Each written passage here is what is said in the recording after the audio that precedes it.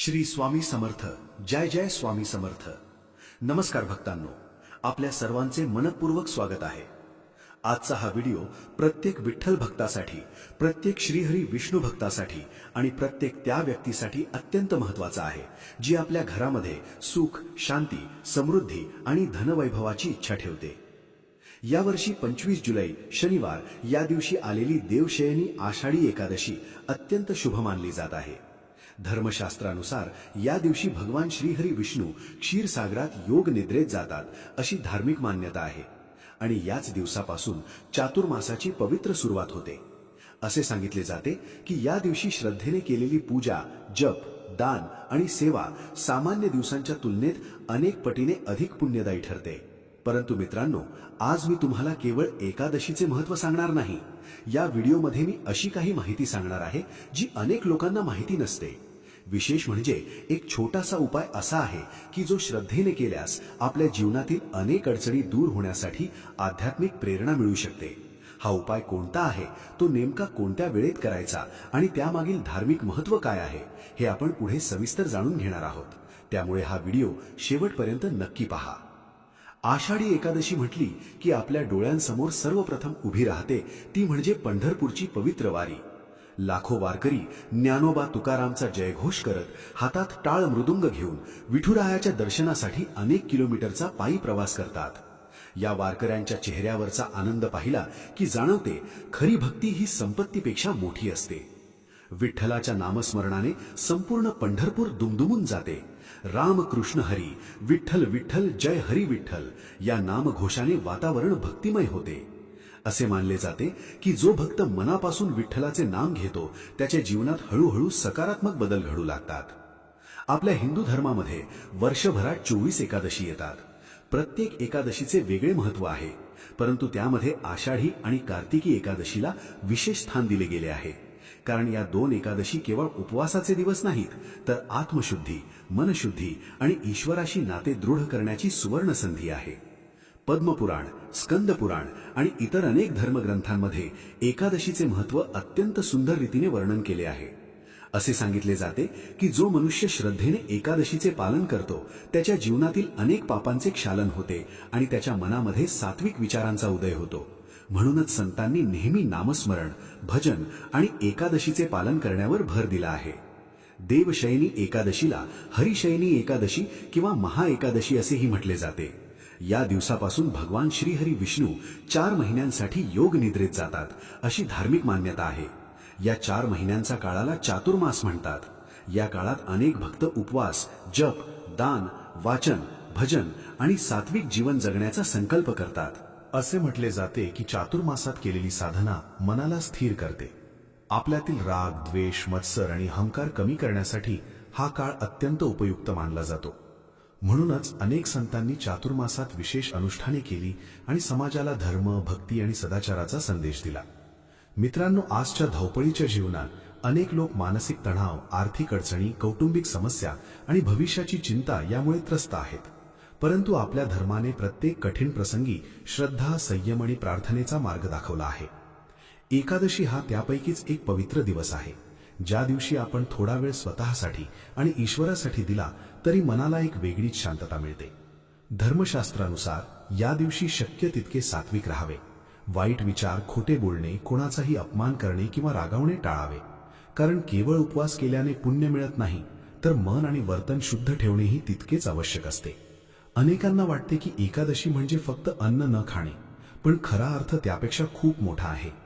उपवास म्हणजे उप आणि वास म्हणजेच देवाच्या अधिक जवळ राहणे. या दिवशी आपल्या मनातील नकारात्मक विचार दूर करून ईश्वराच्या स्मरणात वेळ घालवणे हाच खरा उपवास मानला जातो. यावर्षीची देवशयनी आषाढी एकादशी काही शुभ संयोगांमुळे आणखी विशेष मानली जात आहे. धार्मिक मान्यतेनुसार अशा शुभ संयोगांमध्ये केलेले जप, दान, नामस्मरण आणि प्रार्थना अधिक फलदायी ठरतात.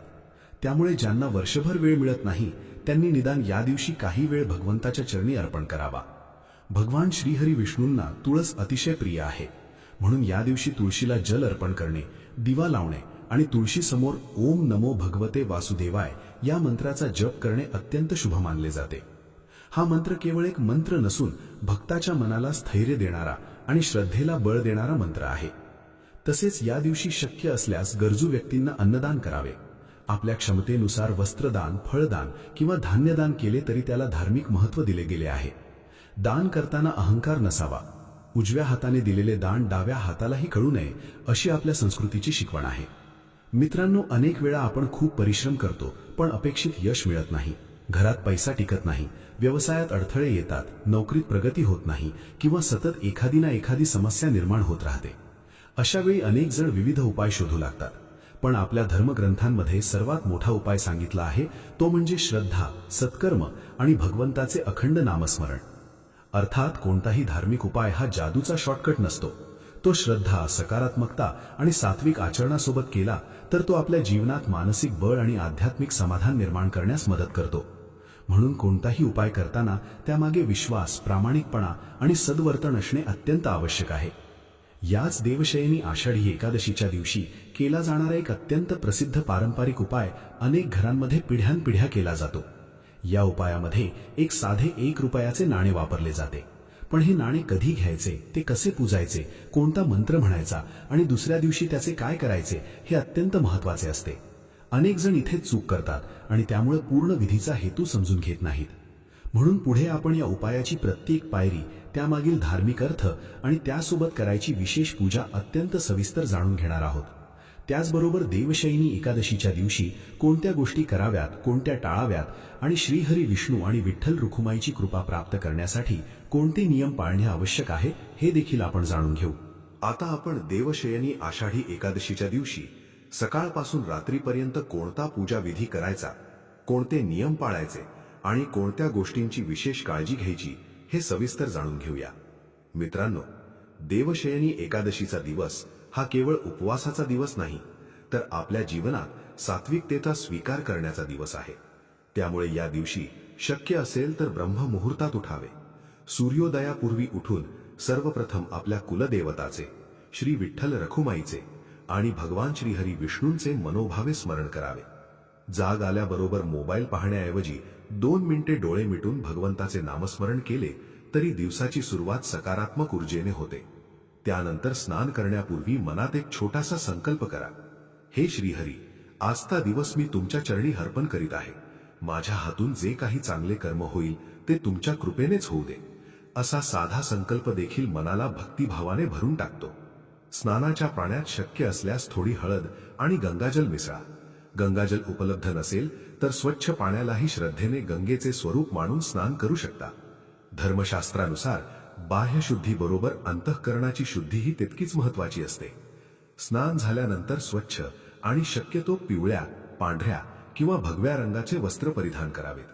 भगवान विष्णूंना पिवळा रंग प्रिय मानला जातो, त्यामुळे या दिवशी पिवळ्या रंगाचा वापर शुभ मानला जातो. आता देवघर स्वच्छ करून सर्वप्रथम तुपाचा किंवा तिळाच्या तेलाचा दिवा लावा. दिवा लावताना मनात असा भाव ठेवा की माझ्या जीवनातील अज्ञानाचा अंधार दूर होऊन ज्ञानाचा प्रकाश पसरू दे. यानंतर भगवान श्रीहरी विष्णू, माता लक्ष्मी किंवा विठ्ठल रखुमाईच्या मूर्ती अथवा फोटो समोर पाण्याने किंवा पंचामृताने अभिषेक करू शकता. जर मूर्तीला अभिषेक करणे शक्य नसेल तर स्वच्छ पाण्याने हलकेच शिंपडून पूजा सुरू केली तरी चालते. पूजेमध्ये हळद, कुंकू, अक्षता, पिवळी फुले आणि विशेषतः तुळशीची पाने अवश्य अर्पण करा. तुळशीशिवाय भगवान विष्णूंची पूजा अपूर्ण मानली जाते. म्हणून प्रत्येक भक्ताने किमान 1 तुळशीपत्र श्रद्धेने अर्पण करावे. तुळशीपत्र अर्पण करताना एक गोष्ट लक्षात ठेवा, घाईघाईने पूजा करू नका. प्रत्येक पत्र अर्पण करताना आपल्या मनातील इच्छा, कुटुंबाचे सुख, मुलांचे आरोग्य, आई वडिलांचे दीर्घायुष्य आणि संपूर्ण परिवाराच्या कल्याणासाठी प्रार्थना करा. मनापासून केलेली प्रार्थना हीच सर्वात मोठी पूजा असते. यानंतर ओम नमो भगवते वासुदेवाय या मंत्राचा जप सुरू करा. शक्य असल्यास 108 वेळा जप करा. वेळ कमी असेल तर किमान 11 किंवा 11 वेळा तरी श्रद्धेने जप करा. मंत्राचा आवाज मोठा असण्याची गरज नाही, भक्ती मोठी असावी. जर विष्णू सहस्त्रनामाचे पठण करता येत असेल तर अत्यंत उत्तम, अन्यथा त्याचे श्रवण देखील पुण्यदायी मानले जाते. अनेकांना संपूर्ण सहस्त्रनाम म्हणले शक्य नसते. अशा वेळी शांतपणे बसून त्याचे श्रवण केले तरी त्याचे आध्यात्मिक महत्त्व कमी होत नाही. आषाढी एकादशी म्हणजे विठ्ठल भक्तांचा उत्सव. त्यामुळे या दिवशी विठ्ठलाचे अभंग, हरिपाठ, ज्ञानेश्वर माऊली, संत तुकाराम महाराज आणि संत नामदेव यांच्या रचना ऐकणे किंवा म्हणणे अत्यंत शुभ मानले जाते. संतांनी सांगितलेली भक्ती आजही प्रत्येकाच्या जीवनाला दिशा देते. मित्रांनो, अनेक वेळा आपण देवाकडे फक्त काहीतरी मागण्यासाठी जातो, पण या दिवशी एकदा तरी देवा, तू मला जे दिलेस त्याबद्दल मी तुझा ऋणी आहे असे म्हणून कृतज्ञता व्यक्त करा. कृतज्ञ मनातच खरी भक्ती निर्माण होते. पूजा पूर्ण झाल्यानंतर गोड नैवेद्य अर्पण करा. साखर, खडी साखर, गूळ, शिरा किंवा फळांचं नैवेद्य दाखवू शकता. त्यानंतर आरती करून संपूर्ण कुटुंबासोबत प्रसाद ग्रहण करा. जर तुम्ही एकादशीचे व्रत करत असाल तर दिवसभर सात्विक राहण्याचा प्रयत्न करा. कोणाशीही वाद घालू नका, कटू शब्द बोलू नका आणि शक्य तितका वेळ भगवंताच्या स्मरणात घालवा. कारण एकादशीचा खरा अर्थ केवळ अन्नत्याग नसून मनातील नकारात्मकतेचा त्याग आहे. याच दिवशी शक्य असल्यास गरीब किंवा गरजू व्यक्तीला अन्नदान करा. पक्ष्यांना धान्य टाका, गाईला चारा द्या किंवा एखाद्या भुकेल्या व्यक्तीला जेवण द्या. धर्मशास्त्रानुसार अशा सेवेमुळे मनाला समाधान मिळते आणि दानाचे पुण्य प्राप्त होते. याच दिवशी पिंपळाच्या वृक्षाला जल अर्पण करण्यालाही विशेष महत्त्व सांगितले जाते. पिंपळाभोवती प्रदक्षिणा घालताना श्रीहरी विष्णूंचे नामस्मरण केल्याने मन स्थिर होते अशी धार्मिक श्रद्धा आहे. मित्रांनो, आजकाल अनेक जण विचारतात की माझ्या घरात सतत आर्थिक अडचणी येतात, पैसा टिकत नाही, वारंवार खर्च वाढतो, त्यासाठी काय करावे.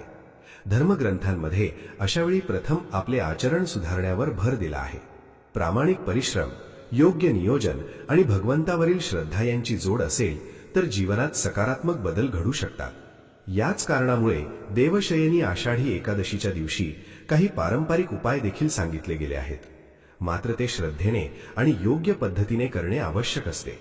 त्यापैकी सर्वात प्रसिद्ध उपाय म्हणजे 1 रुपयाच्या नाण्याचा उपाय. अनेकांना या उपायाची माहिती असते, पण तो करण्याची योग्य पद्धत माहीत नसते. हे 1 रुपयाचे नाणे साधे दिसत असले तरी धार्मिक परंपरेमध्ये ते लक्ष्मीच्या कृपेचे प्रतीक मानले जाते. मात्र हे नाणे कधी घ्यायचे, कोणत्या मंत्राने अभिमंत्रित करायचे, किती वेळ देवाच्या चरणी ठेवायचे आणि दुसऱ्या दिवशी ते नेमके कुठे ठेवायचे, या प्रत्येक गोष्टीला महत्त्व आहे.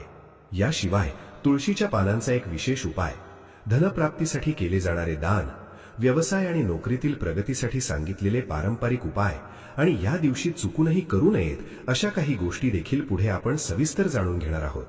त्यामुळे पुढील माहिती अत्यंत लक्षपूर्वक ऐका, कारण यामधील अनेक गोष्टी लोक नकळत चुकीच्या पद्धतीने करतात.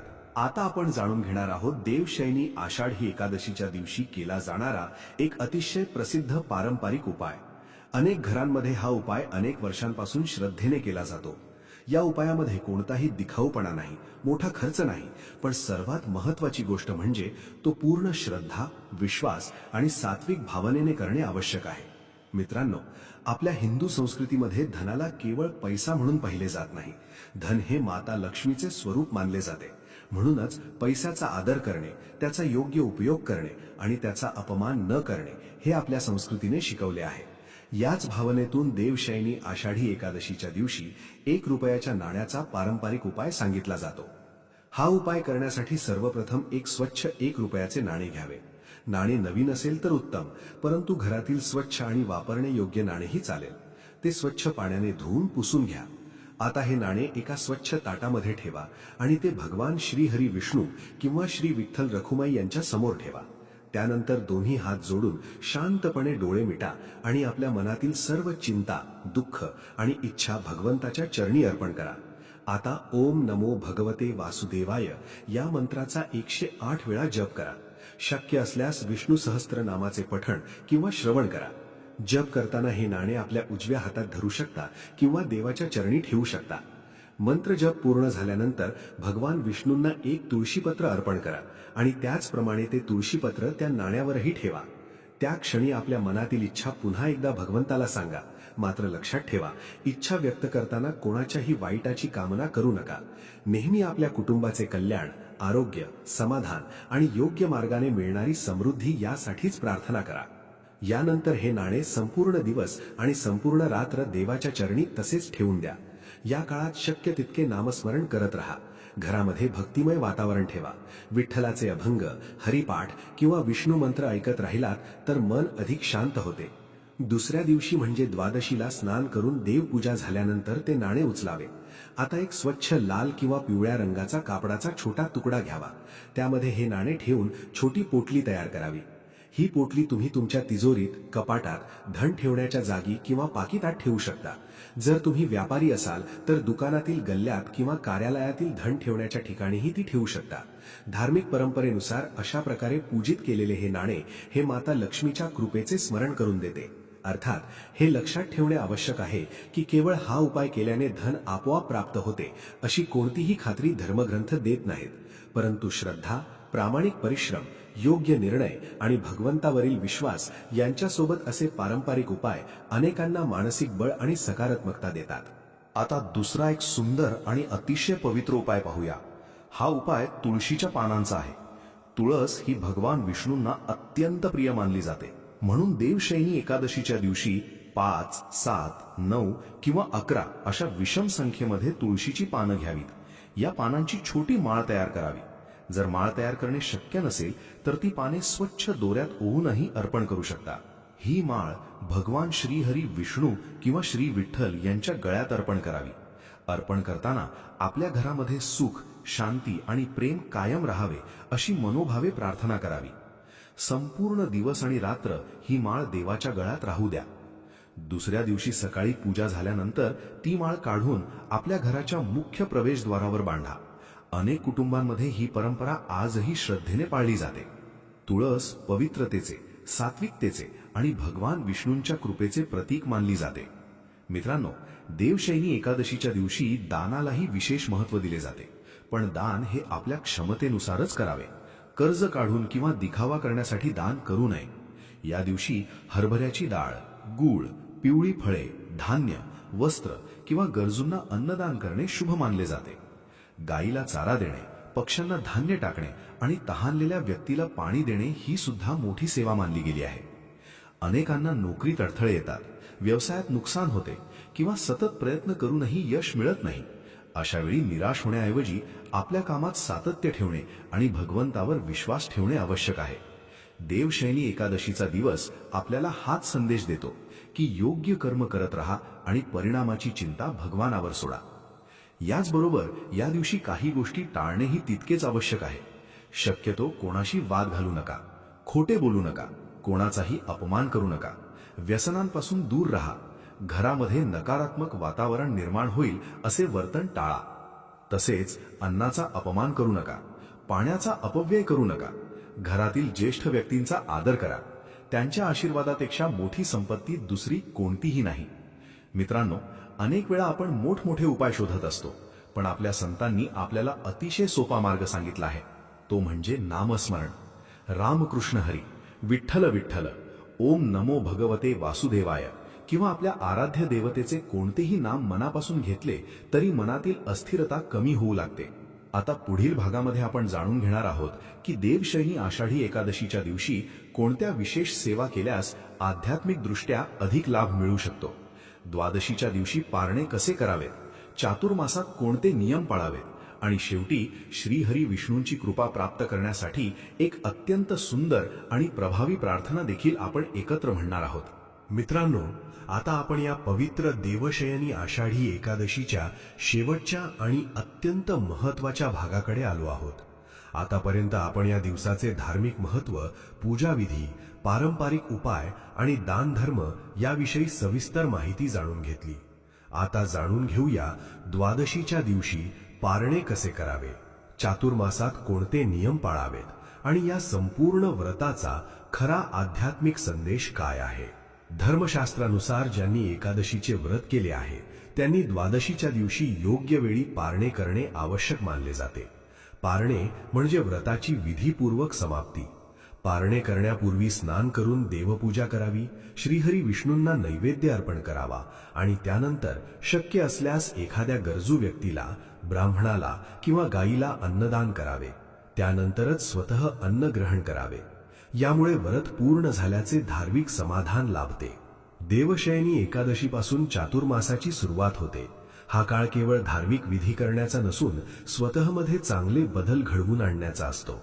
अनेक भक्त या 4 महिन्यात दररोज नामस्मरण करतात, भगवद्गीतेचे किंवा विष्णू सहस्त्रनामाचे वाचन करतात, संतांचे अभंग ऐकतात आणि शक्य तितके सात्विक जीवन जगण्याचा प्रयत्न करतात. मित्रांनो, जर आपण दररोज फक्त 10 मिनिटे जरी भगवंताच्या स्मरणासाठी दिली तरी आपल्या मनामध्ये मोठा बदल जाणवू शकतो. कारण भक्ती ही केवळ मंदिरातच होत नाही, तर ती आपल्या विचारांमध्ये, आपल्या बोलण्यात आणि आपल्या वागण्यातही दिसली पाहिजे. या 4 महिन्यात शक्य असल्यास एखादी चांगली सवय लावा. उदाहरणार्थ, रोज तुळशीला पाणी घालणे, दररोज 1 माळ मंत्र जप करणे, दर गुरुवारी किंवा एकादशीला गरजूंना अन्नदान करणे किंवा दिवसातून काही वेळ मोबाईल पासून दूर राहून भगवंताचे नाम घेणे. अशा छोट्या छोट्या सवयी आपल्या जीवनात सकारात्मक परिवर्तन घडवू शकतात. याचबरोबर काही गोष्टी टाळण्याचाही प्रयत्न करा. राग, मत्सर, खोटेपणा, दुसऱ्यांचा अपमान, व्यसन आणि अन्नाची नासाडी या गोष्टींपासून जितके दूर राहाल तितके मन अधिक शांत राहील. आपल्या संतांनी नेहमी सांगितले आहे की देवाला मोठे नैवेद्य किंवा महागड्या वस्तूंपेक्षा शुद्ध मन अधिक प्रिय असते. अनेक भक्त असा प्रश्न विचारतात की मी पूर्ण उपवास करू शकत नाही, मग मला एकादशीचे पुण्य मिळेल का? याचे उत्तर असे की प्रत्येकाची शारीरिक क्षमता वेगळी असते. वृद्ध व्यक्ती, आजारी व्यक्ती, गर्भवती महिला किंवा औषधे घेणारे लोक यांनी आपल्या प्रकृतीनुसार निर्णय घ्यावा. उपवासापेक्षा महत्वाची गोष्ट म्हणजे श्रद्धा, सात्विकता आणि भगवंतावरील विश्वास. त्यामुळे आपल्या क्षमतेनुसार व्रत आणि भक्ती करावी. लक्षात ठेवा, कोणताही धार्मिक उपाय हा आपल्या कर्माची जागा घेऊ शकत नाही. देव आपल्याला योग्य मार्ग दाखवतो, पण त्या मार्गावर चालण्याचे काम आपल्यालाच करावे लागते. म्हणून प्रामाणिक परिश्रम, चांगले विचार आणि भगवंतावरील श्रद्धा या तिन्ही गोष्टी एकत्र असतील तर जीवन अधिक सुंदर आणि समाधानकारक बनते. देवशयनी आषाढी एकादशी आपल्याला एक सुंदर संदेश देते. जीवनात कितीही संकटे आली तरी श्रद्धा कधीही सोडू नका. अंधार कितीही दाट असला तरी एका छोट्याशा दिव्यानेही प्रकाश निर्माण होतो. त्याचप्रमाणे मनातील भक्तीची ज्योत कायम प्रज्वलित ठेवली तर निराशेवर आशेचा विजय निश्चित होतो. आता आपण सर्वजण मनोभावे श्रीहरी विष्णू आणि श्री विठ्ठल रखुमाई यांच्या चरणी प्रार्थना करूया. हे श्रीहरी विष्णू, हे पांडुरंगा, आमच्या जीवनातील अज्ञान, दुःख, भीती आणि नकारात्मकता दूर करा. आमच्या कुटुंबावर सदैव कृपादृष्टी ठेवा. प्रत्येकाला निरोगी आयुष्य, सद्बुद्धी, समाधान आणि प्रामाणिक परिश्रम करण्याची शक्ती द्या. आमच्या घरात प्रेम, ऐक्य आणि आनंद कायम राहू दे. आमच्या हातून सदैव चांगली कर्मे घडू देत. तुमच्या चरणी आमची भक्ती अखंड राहू दे. ओम नमो भगवते वासुदेवाय.